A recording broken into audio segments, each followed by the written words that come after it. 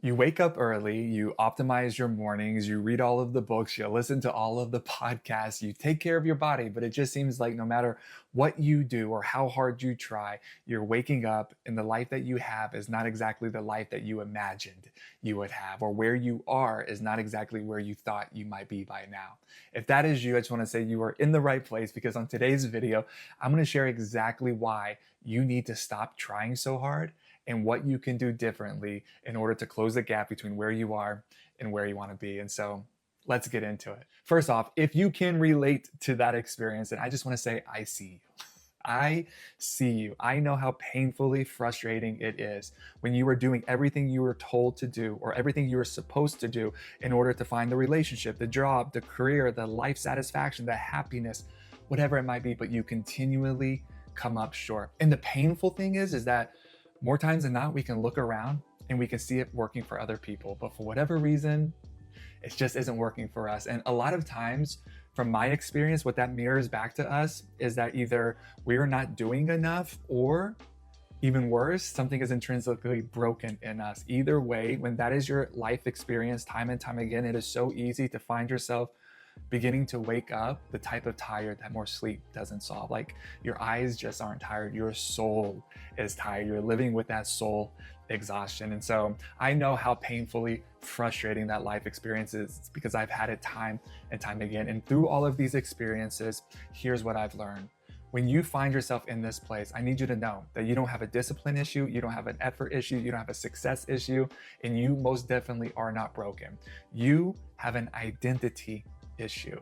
This is hard to accept initially because it stings just a little bit, but when you do, it is going to be the very thing that breaks your life wide open. And what I mean by this is every one of us, we all have an identity. We have a way of being that allows us to move through the world and that ultimately creates our life experience. And that way of being, that identity, every one of them has a ceiling. We have an identity ceiling. Some people call it an upper limit. Some people call it a capacity ceiling. But regardless of how you call it, we all have that identity ceiling. And what's happening when we get to this place where it seems like no amount of effort or discipline or willpower is changing our story, we have maxed out our current identity. We have hit that ceiling. And in order for us to get a new life experience, we first have to become somebody new. So while life is preparing something beautiful for us, because life, it's love. Life wants you to succeed. Life wants us to succeed more than we even want to succeed ourselves. So life is always inviting us into something more rich, more satisfying, more fulfilling, more abundant, and most importantly, more alive. But in order for us to continuously step into the fullness of what life has to offer us, we first have to become somebody new. And that's what these moments are all about. And so when you find yourself in this place where it just seems like no amount of effort is changing the story, trying harder isn't the solution. Doubling down on willpower and effort and discipline and diligence is not the solution. Instead, you want to try softer. Instead, you want to pull back and take all of the energy that you've used to move your life forward in this very familiar way and instead create the conditions to invite more stillness in your life. This can look like in the morning, instead of jumping into a podcast or reading a book, optimizing your morning like you're used to. What if you just sat still for the next 15 minutes and you started to create the awareness around the thought patterns in your life? What if you started to dialogue with the fear that you feel underneath your ambition? What if you started to befriend the shame or the insecurities or the self-doubt that you're still carrying in your life that you're trying to outwork, outperform, or outlast? Like creating the stillness in your life and deploying the self-awareness to see what surfaces, those things, the fear, the self-doubt, the insecurities, the stories that we're still holding on to that we've outgrown, like all of those ingredients, those raw ingredients in life will begin to surface. They will begin to present themselves.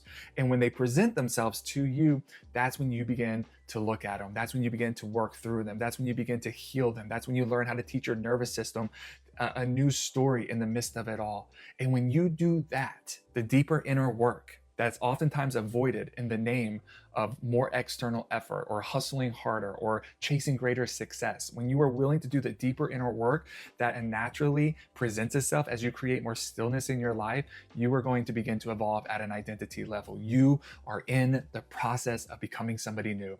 And when you become somebody new, you can then get a new life experience.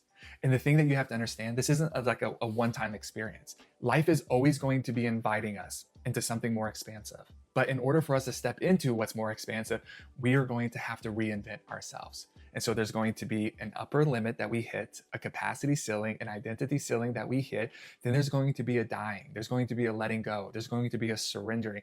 Then there's going to be a healing. And after that healing, there's going to be the rebirth. This is the cycle that we're going to repeat time and time again as we continuously expand into what life has to offer us. And so it doesn't necessarily get easier from my experience, but you learn how to resist less. And when you resist the process less, you experience less suffering in your life. And so if you can master this, if you can learn how to participate with the ongoing evolution of your identity, I'm telling you, whatever you want, you are reclaiming full agency over your life. You're living from your power, from your agency, and whatever you want, it is yours. And so I hope that helps. If it does, go ahead and push that subscribe button. And I say it all the time, but nobody can do this journey for you. You have to do it, but you do not have to do it alone. And I am so glad that you are here.